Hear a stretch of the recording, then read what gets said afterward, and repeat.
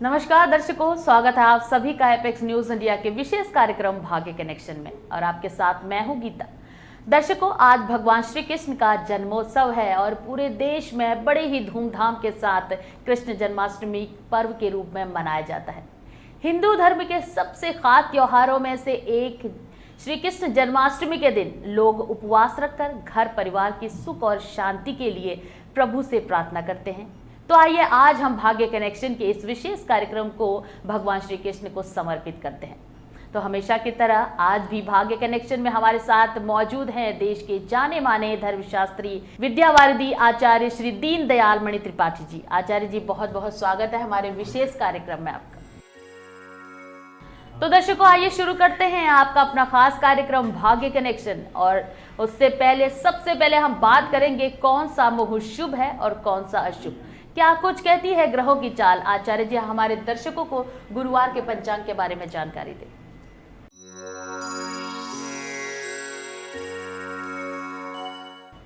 पंचांग 18 अगस्त 2022 गुरुवार के अनुसार विक्रम संवत 2079 शक संवत 1944 अयन दक्षिणायन वर्षा ऋतु भाद्रपद मास की कृष्ण पक्ष की सप्तमी तिथि, जिसका मान रात्रि में 9:20 तक है।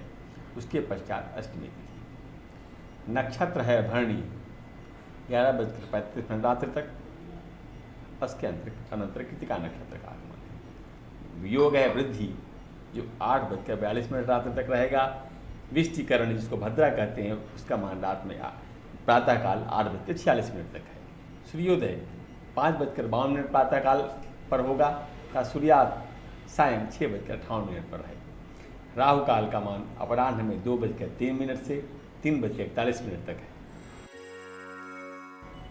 तो दर्शकों, ये था हमारा गुरुवार का पंचांग। आचार्य जी, श्री कृष्ण जन्माष्टमी के उपलक्ष्य में हमारे दर्शकों को कुछ जानकारी दें।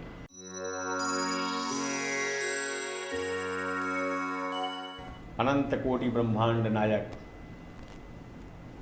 आनंद स्वरूप आनंद कंद भगवान श्री कृष्ण भाद्रपद कृष्ण अष्टमी को रात के 12 बजे मथुरा नगरी के कारागार में वसुदेव पत्नी देवकी के गर्भ से षोडश कला संपन्न श्री कृष्ण के रूप में अवतरित हुए। इस व्रत में सप्तमी सहित अष्टमी का ग्रहण निषिद्ध है। तो कहा गया है कि पूर्वाभिद्धाष्टमी या तो उदय नवमी दिने मुहूर्तमपि संयुक्ता संपूर्णा साष्टमी भवेत्। कलाकाष्ठा मुहूर्तापि यदा कृष्णाष्टमी तिथि नवम्याम शैव ग्राह्या स्यात् सप्तमी संयुक्ता नहीं। इसका आशय यह है कि साधारणतया इस व्रत में दो मत हैं।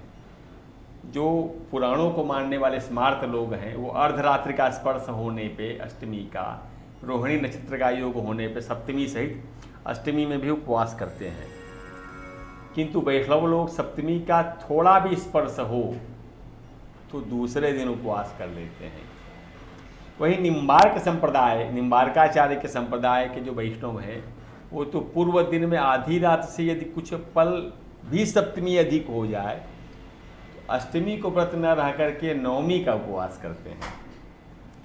शेष वैष्णव में उदय व्यापिनी अष्टमी या रोहिणी नक्षत्र को मान्यता दी गई है। पूर्ण पुरुषोत्तम विश्वंभर प्रभु श्री कृष्ण का भाद्रपद मास के अंधकारमय पक्ष कृष्ण पक्ष की अष्टमी तिथि को अर्धरात्रि के समय प्रादुर्भूत होना निराशा में आशा का संचार स्वरूप है। श्रीमद् भागवत में कहा गया है, निशीथे तम उद्भूते जायमाने जनार्दने देवक्याम देवरूपिण्याम विष्णु सर्वगुहाशय आविरासित यथा प्राच्याम दिशिंदु दिव पुष्कल। वह जो श्रावण कृष्ण अष्टमी अथवा सौरमान से अथवा भाद्रपद कृष्ण अष्टमी चांद्रमान से प्रतिवर्ष आती है, उस समय यदि रोहिणी नक्षत्र का योग हो तो वह तिथि मनुष्यों के लिए मोक्षदायिनी बन जाती है। जिस तिथि में साक्षात सनातन पुराण पुरुषोत्तम प्रभु भूतल पर अवतीर्ण हुए, वह तिथि मुक्तिदायिनी हो, तो इसमें कौन सी आश्चर्य की बात है। यह एष भगवान विष्णु देवक्याम वासुदेवतः जाता कर्तव्यवधार्थम तद्दिनम मंगलायनम। यह भगवान विष्णु ने देवकी वासुदेव के यहाँ कंस के वध के लिए उत्पन्न हुआ, वह दिन मंगलमय है। अतः यासा प्रत्यब्दमायाति श्रावणे बहुलाष्टमी सांगता दुहिण क्षीण दृणा मुक्ति कर फलप्रदा। यह मनुष्यों को मुक्त देने वाली तिथि है।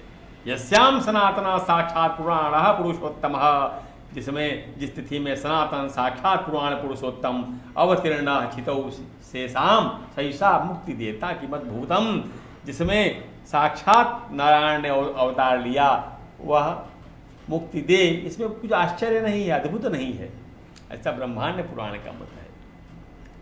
तो अर्धरात्रि के समय जबकि अज्ञान रूपी अंधकार का विनाश और ज्ञान रूपी चंद्रमा का उदय हो रहा था, उस समय देव रूपिणी गर्भ देवकी के गर्भ से सबके अंतःकरण में व्याप्त विराजमान पूर्ण पुरुषोत्तम व्यापक पर ब्रह्म विश्वंभर प्रभु भगवान श्री कृष्ण प्रकट हुए, जैसे कि पूर्व दिशा में है।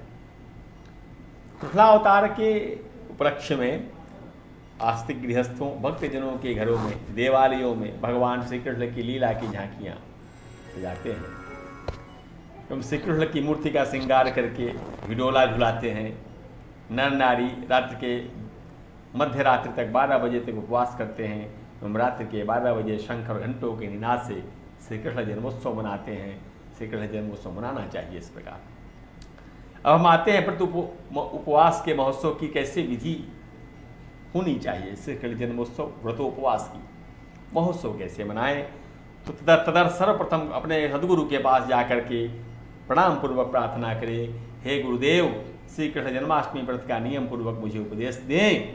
तदनंतर तब कृपालु गुरुदेव जिस रूप में अपने गुरुदेव जिस प्रकार बतावें, महापुरुष विद्वान आचार्य पंडित उनको गुरु माने, उनसे पूछें, वे जैसा बताएं वैसा नियम धारण करके प्रार्थना करें। हे पुंडरीकाक्ष प्रभो, आपके चरण कमल मेरे एकमात्र अवलंब हैं।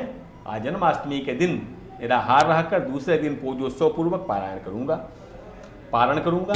ऐसी प्रतिज्ञा करके व्रत का संकल्प करे कि अद्य अपना संवत्सर अमुक नाम संवत्सरे सूर्य दक्षिणायने वर्षे भाद्रपद मासे कृष्ण पक्षे कृष्ण जन्म अष्टम्याम तिथौ, जो दिन हो उसका नाम अमुक वासरे, फिर अपना नाम अमुक नामाहम मम चतुर्वर्ग सिद्धि द्वारा श्री कृष्ण देव पीतये जन्माष्टमी व्रतांगत्वेन श्री कृष्ण देवस्य यथा मिलितोपचार ही पूजनम करिष्ये।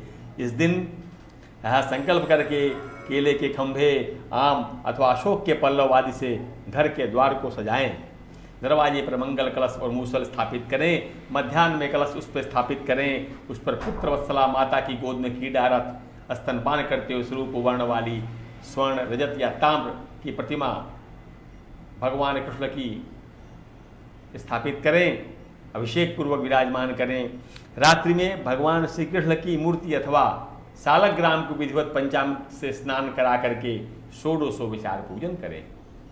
नमो भगवते वासुदेवाय इस मंत्र से पूजन कर, द्वादशाक्षर मंत्र से पूजन कर, वस्त्र अलंकार आदि से सुसज्जित कर भगवान को सुंदर हिडोले में प्रतिष्ठित करें और धूप दीप और अन्न रहित नैवेद्य तथा प्रसूति के समय सेवन होने वाले सुंदर मिष्ठान जो स्त्री प्रसूति के समय खाती है, स्वादिष्ट नमकीन पदार्थ और उसमें उत्पन्न होने वाले विभिन्न प्रकार के फल, पुष्प, नारियल, छुहाड़े, अनार, बिजोरे, पजीरी, नारियल के मिष्ठान, नाना प्रकार के मेवों का प्रसाद बना करके भगवान को अर्पण करें।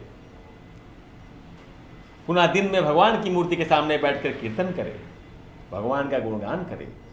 रात्रि को 12 बजे गर्भ से जन्म लेने के प्रतीक स्वरूप खीरे को फोड़े, भगवान का जन्म करावे, जन्मोत्सव मनावे।